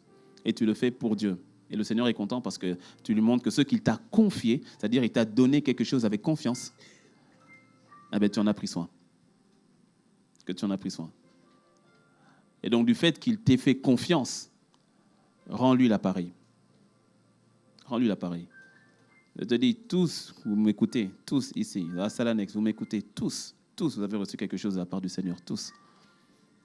Sinon, tu serais le fruit du hasard. Or, ce n'est pas possible que tu le sois. Tu es une bénédiction pour quelqu'un. Je le répète, quelqu'un, quelque part, attend ta bénédiction afin d'être béni. Il dit bon, et puis il dit fidèle. Fidèle, pourquoi? Fidèle à la feuille de route. La feuille de route qui a été adressée. Je vais terminer avec la feuille de route. Ne fais pas le méchant. Le Seigneur a dit méchant et paresseux. Méchant, pourquoi? Parce que tu n'as pas pensé aux autres. Méchant, pourquoi? Parce que tu as gardé pour toi. Tu as gardé. Tu as gardé. Le livre qui était en toi, tu l'as gardé. L'église qui était en toi, tu l'as gardé. Le projet de société qui était en toi, tu l'as gardé. Tu as eu peur. Et donc, il dit, c'est méchant. C'est de la méchanceté parce que d'autres devaient en bénéficier. D'autres devaient en bénéficier. La première fois que j'avais écouté le Dr. Miles Monroe, c'était en 1998 en Afrique du Sud, à Johannesburg, Rhema Bible Church. Et c'était la première fois que je l'entendais. C'est la première fois que j'entends parler de la vision. C'est la toute première fois. Et je me souviens d'une image qu'il avait donnée. Il avait dit la vie, au fait, la vie de l'humanité est comme une grande histoire, mais dans certains chapitres, il y a des mots qui manquent. Et les mots manquants, ce sont des gens qui n'ont pas libéré ce que Dieu avait mis en eux. Donc, la génération qui arrive essaye de lire l'histoire, mais n'arrive pas à la comprendre. Parce qu'il y a des mots qui manquent. Que toi, les mots ne manquent pas. Que tu quittes cette vie en ayant libéré tout ce que Dieu t'avait donné. Et pour la gloire de son nom. Dis-moi un bon amen. Ouais. Te concernant, les mots ne peuvent pas manquer, ne doivent pas manquer. Dis à ton voisin, combat le bon combat. Et puis il dit, méchant et paresseux, parce que je l'ai dit, ça demande du travail. Ça demande beaucoup d'abnégation. Ça demande de pouvoir confronter, ça demande de sortir de sa zone de confort. C'est pour cela, je l'ai dit, quand tu veux voir quelqu'un qui a perdu la vision, je ne vais pas dire qu'il n'a pas de vision, parce qu'au fait, nous avons tous une vision, c'est-à-dire un but pour lequel Dieu nous a suscités. Mais quelqu'un qui a perdu son but, quelqu'un qui a perdu sa vision, est quelqu'un qui est d'une oisiveté incroyable. D'une oisiveté incroyable. Est-ce que tu sais que le fait même d'avoir un boulot peut être oisif? Parce que les paresseux, les plus grands paresseux sur Terre, ce sont les paresseux actifs. Oui, mais actifs en train de faire ce que Dieu ne les a pas appelés à faire. La paresse n'est pas une question simplement de ne rien faire. Tu peux être paresseux en train de faire ce que Dieu ne t'a jamais appelé à faire. C'est une forme de paresse. Et tu en as qui, faute de vision, se font télénovaliser. Et le monde leur donne sa vision au travers de la télévision. Quelqu'un qui passe son temps devant la télévision non-stop comme ça, c'est que tu n'as pas de vision, alors le monde te donne sa vision au travers de sa télévision. Méchant et paresseux. Mais toi, que ton verdict soit bon et fidèle. Amen. Bon et fidèle. Alors je termine sur par rapport à la fidélité en te disant ceci. Toi, que la fidélité, c'est toujours vis-à-vis d'une feuille de route que Dieu t'a donnée. Et je voulais te lire le passage d'un ouvrage qui traite de la fidélité. Et je termine avec ça. Toute fidélité, alors je lis, toute fidélité est toujours mesurée à l'aune de la loyauté vis-à-vis d'un individu ou de l'accomplissement d'une tâche ou d'une mission qui vous est confiée. Votre fidélité à Dieu sera évaluée sur la base des œuvres accomplies et conformément à l'appel divin attaché à votre vie, ainsi qu'en fonction de votre feuille de route céleste. Vous en rendez-vous compte, vous avez une lettre de mission pour votre séjour terrestre. Et en ce jour-là de votre reddition de compte, vous devrez avoir été trouvé fidèle par rapport aux attentes de Dieu pour votre vie.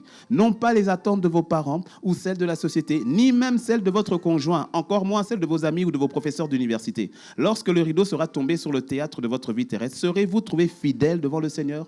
Soyez trouvés fidèles par rapport à l'appel qu'il a placé en vous, sur votre vie. Soyez trouvés fidèles par rapport à la mission pour laquelle Dieu vous a envoyé sur terre. Soyez trouvés fidèles par rapport aux dons et talents dont vous avez été dotés. Pourquoi ? Parce qu'il est possible de réussir, par exemple, sa vie en tant qu'un pasteur respectable et de renommée internationale, avec des milliers d'âmes sauvées pour le Seigneur et plusieurs églises construites. Et pourtant, d'entendre le Seigneur vous dire en ce jour-là, c'est vrai que tu as été sur terre, tu as eu un magnifique ministère pastoral qui a ramené plusieurs âmes dans mon royaume. Plusieurs familles ont été restaurées et délivrées de l'oppression du diable. Cependant, ce n'est pas ce que j'attendais de toi. Ici, tu étais monsieur le président de la République.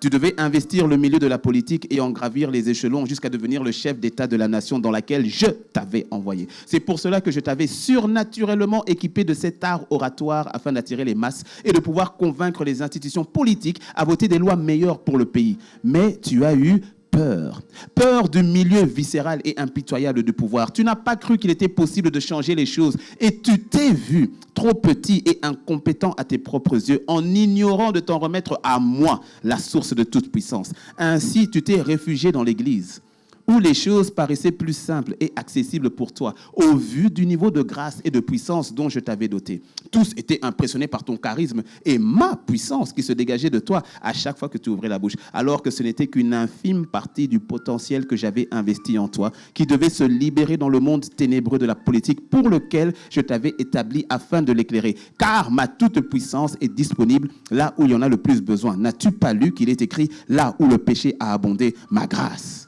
a surabondé ». Page 72, stop, ma vie doit compter.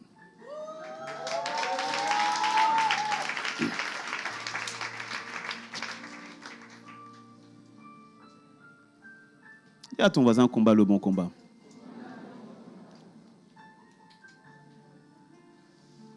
Ah.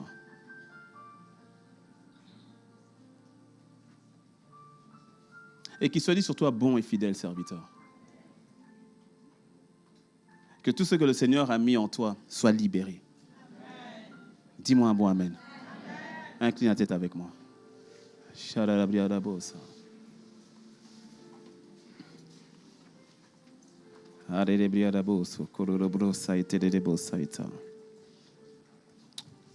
Alléluia.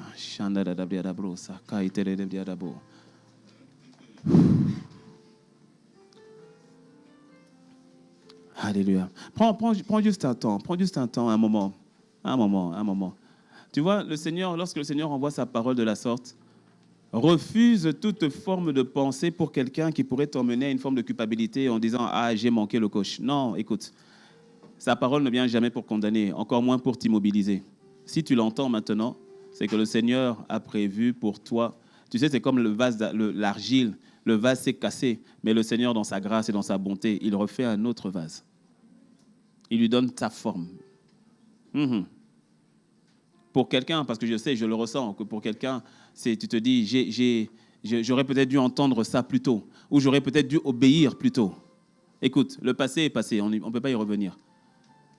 Mais ta vie n'est pas encore terminée. Il y a encore beaucoup à faire. Il y a encore beaucoup à faire. Rectifie à partir de maintenant. Recadre à partir de maintenant. Bannis la peur à partir de maintenant. Refuse la paresse à partir de maintenant. Les dons, les grâces, l'appel qui est sur ta vie, écoute, il ne s'agit pas de toi, il ne s'agit pas que de toi. Si tu pouvais voir le nombre de personnes derrière qui dépendent de toi. Tu n'es pas le fruit du hasard. Tu n'es absolument pas le fruit du hasard. Et pour quelqu'un, tu dois sortir de ta zone de confort. Ta date de péremption est dépassée depuis longtemps. Depuis très longtemps. Pour quelqu'un, ce que tu fais, tu le maîtrises tellement bien, mais tu sais que tu dois aller dans une zone d'inconfort. Une zone d'inconfort dans ta vie de prière, où le Seigneur veut t'emmener plus loin. Là, tu as pied maintenant. Avant, tu n'avais pas pied, mais depuis maintenant, tu as pied. Il veut t'emmener encore plus en profondeur, là où tu n'as pas pied. Plus en profondeur dans la manifestation des dons spirituels. Plus en profondeur dans la révélation de la parole. Hier, tu méditais 30 minutes, 1 heure. Mais tu remarques maintenant 30 minutes, 1 heure, c'est comme si tu n'as fait à peine qu'une forme d'introduction. Ça veut dire que tu dois aller plus profond. Hier, tu pouvais prendre 1 jour de jeûne par mois, mais tu remarques que ton jour de jeûne par mois ne te suffit plus. Alors peut-être que tu dois passer à 1 jour de jeûne par semaine. Et pour quelqu'un, 1 jour de jeûne par semaine, tu remarques que ça ne suffit plus. Alors peut-être que tu dois commencer à avoir des temps de retraite. Et pour quelqu'un, les temps de retraite de 2 jours, 3 jours, ça ne suffit plus. Alors peut-être que tu dois aller plus loin. Le Seigneur t'emmène à développer, à développer, à développer. Il t'emmène à aller plus loin. Ne reste pas dans une zone de confort. Ne reste pas dans une zone de confort. Ton entreprise fonctionne, gloire à Dieu. Mais au-dedans de toi, tu sens que tu dois aller dans ce domaine maintenant. Tu dois laisser cette entreprise, la laisser à quelqu'un pour gérer. Et que toi, tu dois aller pour en fonder une autre. Pour en fonder une autre. Et tu te dis, il faut encore repartir à zéro. Oui, peut-être. Peut-être, oui, c'est vrai. Et tu sens que le Seigneur te dit, vas-y. Il faut que tu t'étires, il faut que tu ailles plus loin. Il y a plus de personnes qui doivent être touchées. Il y a plus de ressources financières que je veux envoyer vers toi. Mais il faut que tu me crées un autre vase. Or, créer un vase, ça prend du temps, c'est un combat. Mais il te dit, crée-moi ce vase-là. Parce qu'il y a d'autres ressources financières que je dois envoyer. Pour bénir, ce n'est pas que toi, ce n'est pas que ta maison, mais c'est une multitude que je veux bénir financièrement au travers de toi. Il y a des projets que je veux financer au travers de toi. Mais il faut que tu me proposes des vases. Et ces vases-là, ben oui, il faut sortir de ta zone de confort. Il y a quelqu'un ici, comme pour moi, tu dois écrire un livre. Et là, je peux t'en parler. Je sais ce que c'est que de procrastiner. Je sais ce que c'est que de remettre à demain. Et d'avoir cette pression du Saint-Esprit de dire, mais jusqu'à quand, fais-le. Et là, tout à coup, quand tu commences à le faire, oui, c'est du travail. Oui, c'est des heures de travail. Oui, c'est du sommeil en moi. C'est vrai. Mais tu dois t'étirer, tu dois le faire. Parce que quelqu'un a besoin du message dont le Seigneur t'a doté. Dans le couloir dans lequel tu es. Ce message qui est sur ton cœur depuis si longtemps. Et quelqu'un, tu as écrit un premier livre et ça n'a pas été ce que ça devait être. Ce n'est pas grave, c'était le premier. Il y a un deuxième que tu dois écrire. Tu dois avancer, tu dois aller plus loin. Et à quelqu'un, tu dois développer les enfants que Dieu t'a donnés. Ah, mais pasteur, si tu le connais, ils sont compliqués. C'est vrai, ils le sont. Mais Dieu t'a fait confiance si tu les as donnés. Ça veut dire qu'il sait que toi, en tant que parent, tu as la capacité de tirer le meilleur d'eux. N'abandonne pas. L'éducation que tu avais en vue pour eux, n'abandonne pas. Ne lâche pas. Ne lâche pas. Ne lâche pas. Mon frère, sois confiant dans le Seigneur. Cette femme qui t'a donné, cette épouse qui t'a donné, tu as la capacité de la rendre meilleure. Tu as la capacité de la propulser. N'écoute pas la pression de la famille. Là, je parle à quelqu'un. N'écoute pas la pression de la famille qui n'arrête pas de remettre en avant ta situation sociale. Ta situation sociale, ta situation économique n'a rien à voir avec le naturel. En Christ, tu as tout. Tu es béni de toutes les bénédictions spirituelles en Christ Jésus. Vois ce que Dieu voit, comme Dieu voit. Ferme tes oreilles à ce que la belle famille peut dire. Ferme tes oreilles à ce que les gens peuvent dire sur toi. Ma sœur, à toi, je sens aussi à ma sœur, à toi, on dit, tu ne le vaux pas, tu n'es pas capable. Lui, il est de la haute classe, mais toi, tu es de la basse classe. Laisse les hommes, le monde être dans le système de classe. Arrête de te dénigrer, ma sœur. Si le Seigneur t'a mis auprès de ce mari-là, c'est que tu as en toi toute la grâce, le potentiel, tout ce qu'il faut pour le rendre meilleur. Ferme les oreilles et ouvre-les simplement vis-à-vis de la voix du Saint-Esprit. À toi à qui le Seigneur dit, j'ai besoin de toi, je t'attends afin de commencer mon œuvre. Arrête de considérer ce que les hommes considèrent, de considérer l'aspect matériel des choses en disant, oui, mais Seigneur, et comment je vais faire, et comment je vais vivre. Il a dit, regarde les oiseaux du ciel. Ils ne sèment ni ne moissonnent, et pourtant votre Père en prend soin. N'avez-vous pas plus de valeur que les moineaux? Fais-lui confiance. Quand il y a la vision, c'est que la provision a précédé la vision.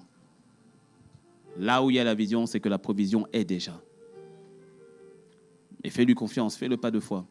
Il n'est pas question que ta vie soit un semblant de vie. Tu n'es la photocopie de personne.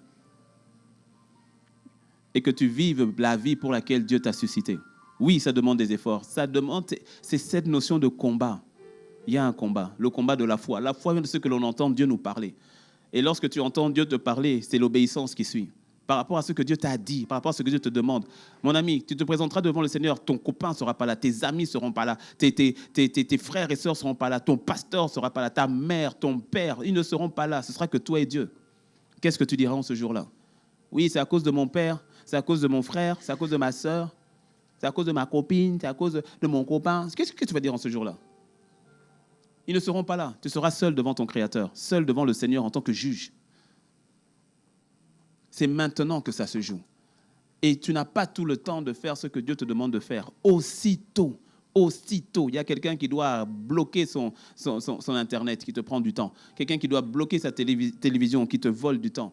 Il y a quelqu'un qui doit arrêter des relations, qui t'emmène toujours à aller dans la direction contraire, là où Dieu t'a appelé. Il y a quelqu'un ici, tu sais depuis longtemps le battement de cœur que Dieu a en toi. Tu sais qu'il s'agit de marcher avec le Seigneur pour faire ce qu'il te demande de faire. Mais tes relations autour de toi constamment t'emmènent dans la direction opposée. Mon ami, en ce jour-là, ils ne seront pas là. Même si vous êtes marié, et là je parle à une sœur, ma sœur, tu es mariée, tu ne viendras pas devant le Seigneur avec pour seul résumé, curriculum vitae, j'ai été la femme d'un tel. Non, il te posera la question, mais qu'est-ce que tu as fait de ce que je t'avais donné? Tu as été la femme d'un tel, c'est bien, mais c'est pas ça le but. Le mariage n'est pas une finalité, le mariage n'est pas une fin en soi. Qu'as-tu fait de ta vie? Qu'as-tu fait des grâces que je t'ai données? Qu'as-tu fait de la paix que tu as sur ta vie? Qu'en as-tu fait? T'es-tu caché derrière les enfants en disant, ah, j'ai un enfant, ah, j'ai 2 enfants, ah, j'ai 3 enfants. Ah, Seigneur, je ne vais pas te servir. Ah, Seigneur, je ne vais pas le faire à cause des enfants. Tu veux faire de ces enfants-là maintenant une occasion de chute? Tu veux faire de la bénédiction du Seigneur maintenant un sujet de malédiction? Non. Tes enfants ne sont pas une excuse. Ils ne sont pas une excuse. Le manque d'argent n'est pas une excuse. Le Seigneur n'a jamais dit que la vision ne peut se faire que quand il y a de l'argent. C'est faux. Ça, c'est l'esprit de Mammon. Ce n'est pas une question d'argent. C'est une question d'obéissance à l'instruction divine. C'est une question d'obéissance au Saint-Esprit. Ne laisse aucune forme d'excuse t'empêcher, te paralyser, te bloquer. Fais taire toute forme d'excuse. Fais taire toute forme de mensonge de l'ennemi. En te disant, personne n'a jamais fait ça. Ben, tout justement, je serai la première personne. Personne dans ta famille n'a fait ça. Eh ben, tout justement, je vais ouvrir une brèche. Personne dans ta famille n'a eu le bac. Eh ben, moi, je l'aurai. Personne dans ta famille n'a eu le diplôme universitaire. Eh bien, moi, je serai le premier. Et à partir de moi, une porte s'ouvre. Personne dans ta famille ne s'est marié. Eh bien, je me marierai. Personne dans ta famille n'est resté marié. Je demeurerai marié. Et à partir de moi, mes frères et sœurs auront une brèche. Ils pourront dire, c'est possible. Tu n'es pas la photocopie de qui que ce soit. Tu n'es pas venu accompagner qui que ce soit.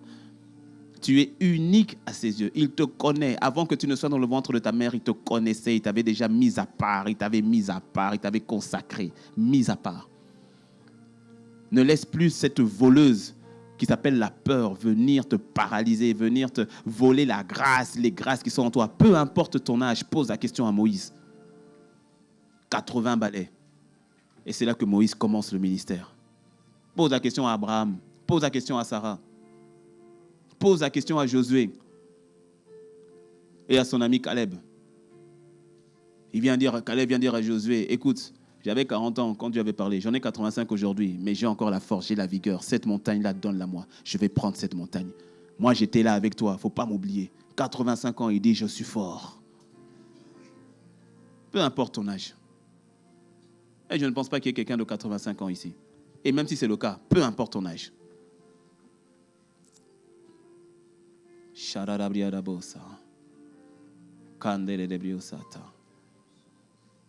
Que toutes les voix de l'ennemi en toi se taisent dans le nom de Jésus.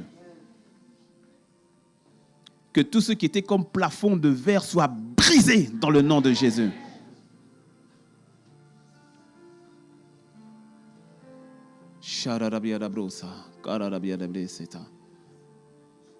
Et pour toi qui avais déjà pris ce chemin de l'obéissance, je prie qu'il y ait une forme d'accélération dans le nom de Jésus. Que tu puisses voir les premiers fruits de tes efforts.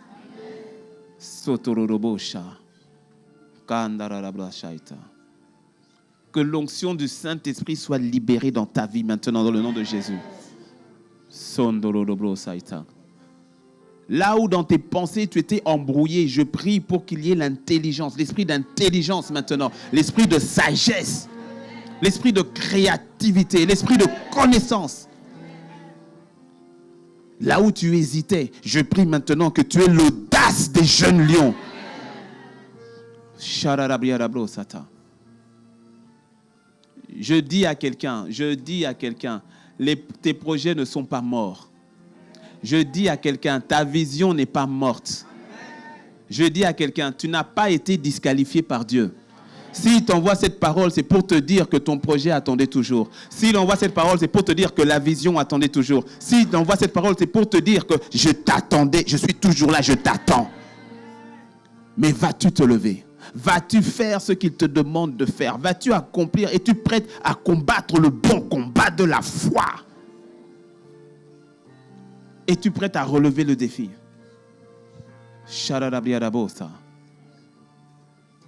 Une moisson t'attend, des générations t'attendent. Il y a une multitude qui t'attend. Sharabrakaita. Seigneur, je prie, ta vie Zoé maintenant, ta vie Zoé est libérée dans la vie de mon frère et de ma sœur. Redonne vie à ceux qui étaient morts. Redonne vie à ceux qui étaient secs. Redonne vie, Seigneur, redonne vie. Redonne vie. Ta parole est la vie. Ta parole libère. Que celui qui était emprisonné, que celui qui avait la sensation de ne point avancer, Seigneur, ta parole libère. Shabarakaitoma. In Jesus' name. Seigneur, merci. Gardons les yeux fermés, gardons les yeux fermés. Harabra Saïta. Sa parole délivre, sa parole libère. Ah oui, merci Seigneur, sa parole libère. Et alors que nous avons les yeux fermés, je veux m'adresser à quelqu'un qui est ici et, tu vois, j'ai dit que nous serons tous jugés. Si tu ne reçois pas Christ dans ta vie, le jugement sera un jugement de châtiment éternel. Mais, tu sais, le Seigneur l'a dit, il a dit, je t'ai tant aimé que j'ai pris, moi, ce jugement à ta place. Comment? En allant à la croix pour toi. Marcher avec le Seigneur, donner sa vie à Jésus, ce n'est pas le fait d'aller à l'église, ni le fait d'avoir une connaissance de Jésus, ça n'a rien à voir. C'est d'avoir une vie qui est totalement repentie, c'est-à-dire une vie où tu as une nouvelle connaissance de Dieu et tu dis, Seigneur, je veux marcher avec toi. Est-ce qu'on le connaît complètement? Non, t'inquiète, moi qui te parle, j'apprends à le connaître jour après jour, mais c'est une manière de dire, Seigneur, je ne veux plus aller dans une direction, je veux aller dans ta direction. Je veux vivre pour toi. Je veux vivre pour toi. C'est une manière de dire, Seigneur, prends ma vie. Je m'abandonne à toi. Je ne veux plus de la vie du péché. Je veux ta vie, une vie nouvelle. Et c'est lui qui le fait en toi. N'attends pas de devenir parfait pour venir à lui, c'est lui qui te rend parfait. Mais si la décision vient de ton cœur. Alors nous avons les yeux fermés, la tête baissée, dans l'auditorium, dans la salle annexe, et sur Internet, pour ceux qui suivent peut-être. Tu n'as jamais fait cette décision qui consiste à dire, Jésus, je te donne mon cœur, je te donne ma vie, je me répands de mes péchés, je viens dans ta direction. Tu n'as jamais pris cette décision et tu veux la prendre. Je veux t'accompagner dans cette décision parce qu'elle est capitale. Elle est capitale. Elle est capitale. Les yeux fermés, la tête baissée. Je ne te parle pas du fait de membership, de devenir membre d'une dénomination, d'une église. Je ne te parle pas du fait d'être catholique, évangélique, protestant, céleste, ou tout ce que tu veux. Je ne te parle pas de ça. Pour ta gouverne, Jésus n'est ni catholique, ni évangélique, ni protestant. Il est Dieu. Et ce qu'il veut, c'est une relation avec toi. C'est une relation avec toi. Les yeux fermés, la tête baissée, tu n'as jamais pris cette décision, mais tu veux la prendre. Et je voudrais t'accompagner dans la prière. Mais ce que je te demande, nous avons les yeux fermés, la tête baissée. Mais si c'est ton cas, lève la main là où tu es. Je vais prier avec toi. Je vais prier avec toi. Dans la salle annexe aussi, si c'est ton cas, lève la main là où tu es. Lève distinctement, n'aie pas honte. Que le Seigneur te bénisse. Je vois derrière, que le Seigneur te bénisse. Gardez la main levée. Je vois ici devant ma soeur, que le Seigneur te bénisse. Que le Seigneur te bénisse. Dans la salle annexe aussi, gardez la main levée. Je vois une autre main sur ma gauche. Je vois 2 mains sur ma gauche. Que le Seigneur vous bénisse. Gardez la main levée. Gardez la main levée. Gloire au Seigneur. Gloire au Seigneur. Je te laisse quelques instants. Je vois ma soeur derrière là-bas aussi. Que le Seigneur te bénisse. Je laisse encore quelques instants, si tu veux. Je vois une main encore derrière là-bas, que le Seigneur te bénisse. Dans la salle annexe aussi, si c'est votre cas, gardez la main, gardez la main levée. Alléluia. Alléluia. Que le Seigneur vous bénisse. C'est un moment qui est tellement important. Vous avez tellement de valeur aux yeux de Dieu. Tellement de valeur aux yeux de Dieu. Que le Seigneur vous bénisse. Nous gardons les yeux fermés. Nous gardons tous les yeux fermés. Je demande un dernier effort. Si toi qui as la main levée, mets-toi simplement debout là où tu es. Je vais prier pour toi.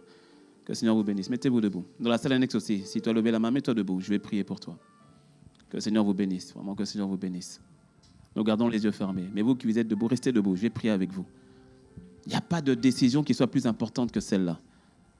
Le Seigneur Jésus n'est jamais venu pour condamner qui que ce soit. Bien au contraire, il est venu pour sauver. Il est venu pour sauver. Et vous avez de la valeur à ses yeux. Et il vous aime tellement. Votre vie ne sera plus jamais la même. Ce n'est pas vous qui le faites. C'est pas à vous de le faire. C'est lui qui le fait en vous.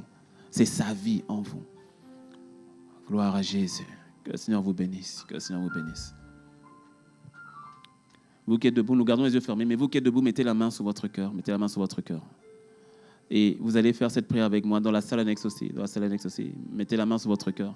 Vous allez faire cette prière avec moi et toute l'Église va nous accompagner dans la prière. Et faites-la du plus profond de votre cœur. Dites avec moi, Seigneur Jésus, je te dis merci pour ta parole. Je te dis merci pour ton amour. Aujourd'hui, je viens à toi tel que je suis. Pardonne-moi pour tous mes péchés.